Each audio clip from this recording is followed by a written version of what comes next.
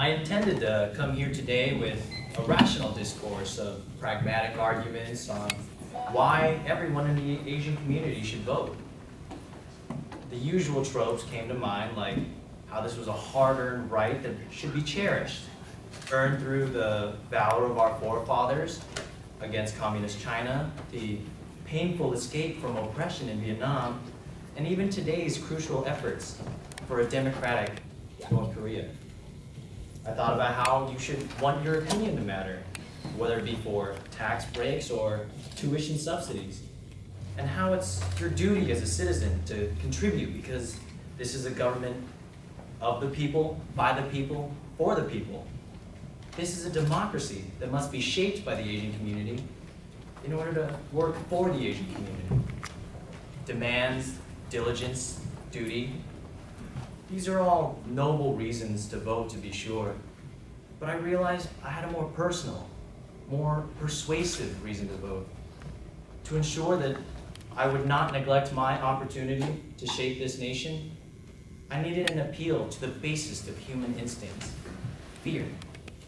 Fear of repercussions, fear of remorse, and fear of regret. With 300 million people in the United States and 40 million in California alone, sometimes poking a Chad on a ballot can seem futile. But I want to assure you, not doing so can be so much worse. In 2008, one of our most divisive decisions was determined by a mere 52% popular vote. California Proposition 8 outlawed same-sex marriages. Millions of compassionate men and women were denied their opportunity to demonstrate their love in the sincerest of ceremonies that so many of us have taken for granted. Millions more were vilified who were proponents of the proposition just for wanting to protect the sanctity of their holy matrimony. Both sides had relentless conviction towards what they felt was moral, just, and true. I was in school at UCLA on voting day. I had an absentee ballot waiting for me at home.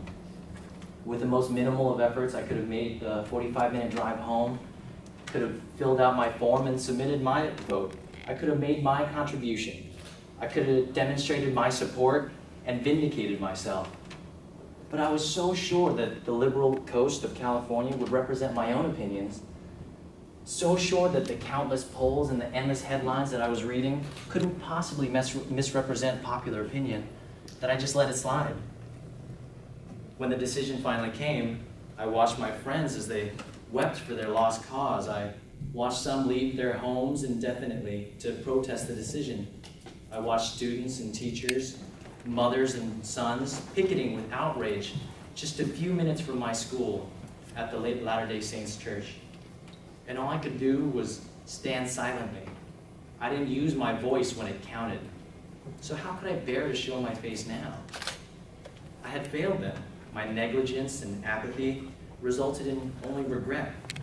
A regret that I want to preclude all of you from, especially the young ones in the back. Regardless of what your own political perspectives may be, I don't want you to feel voiceless like I did.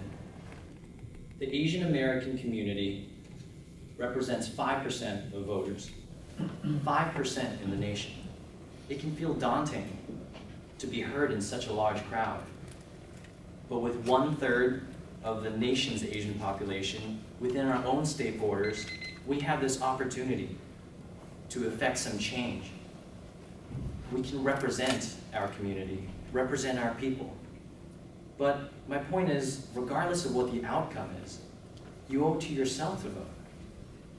To show your pride amongst your own peers and to belong to this Asian community, to feel like you belong. So relinquish that possibility of regret and go ahead and show your voice. Thank you.